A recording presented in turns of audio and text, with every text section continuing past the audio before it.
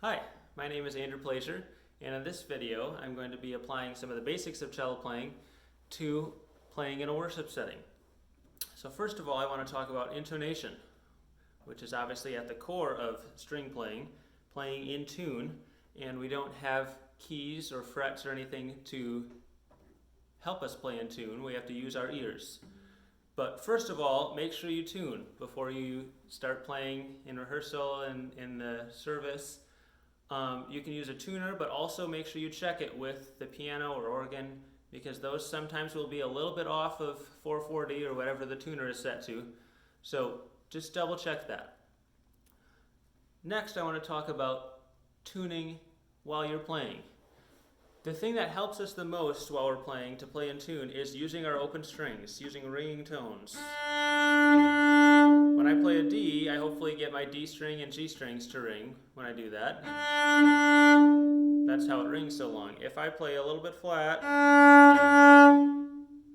it doesn't ring nearly as long. It kind of just, it dies early. If I play sharp,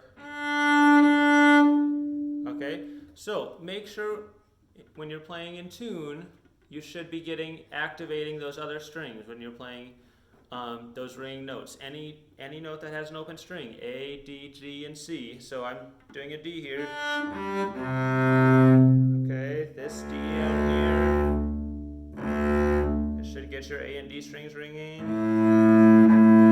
The A there.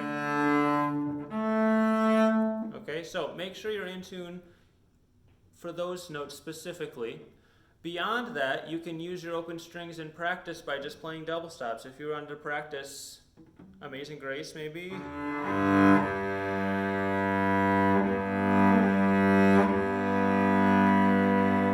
Okay, you can just play a double stop. I was playing it maybe a little fast to be tuning it. You could go even slower and listen for the beats. If it's out of tune, it will have beats. Okay, you hear that one? When we play it in tune,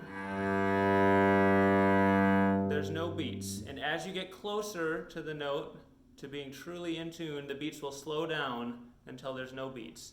So when you're playing with double stops, or you could also play with a drone tuner, listen for no beats. Now I mentioned playing with a drone tuner. If it's a piece that it's not in a nice key, it's not in, C, G, D, that you can play an open string and it will sound nice. If it's maybe F sharp or E flat or something, then I would get out your tuner and have it play a drone. Okay, if I wanted to do F sharp,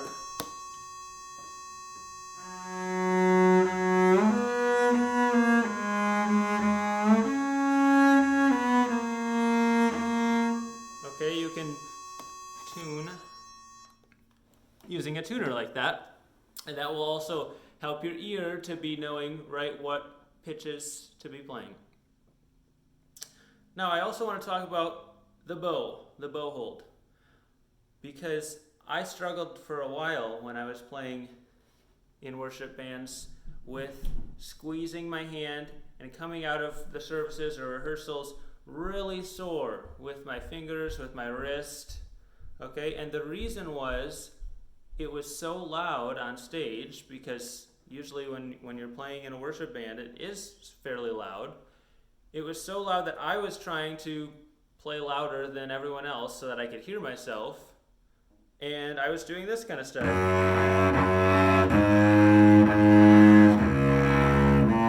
Right, you can hear how there's that extra. I'm literally pressing so hard that the string can't vibrate under the bow. Now, I didn't really realize I was doing that because, like I said, it was loud. I couldn't hear myself that well. But I want you to practice on your own, thinking about the feeling of the bow on the string and having a feeling of loose fingers. I do the flat bow hold, just shake your hand out. That's what it should look like. Okay. Loose elbow. We want to actually think more horizontal motion than downward pressure like that. So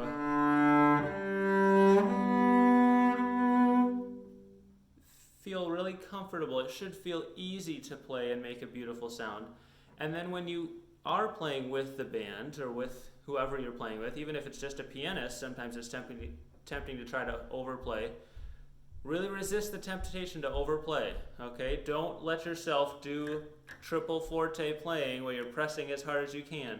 You shouldn't have to play that loud, and if you do need to play louder, you should just have a mic, and it should be mic'd louder, okay?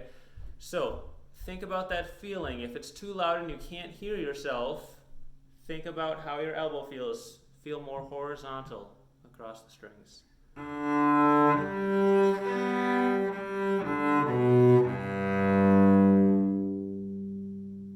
Okay, I hope that helps and gives you some ideas to think about in your cello playing in worship music.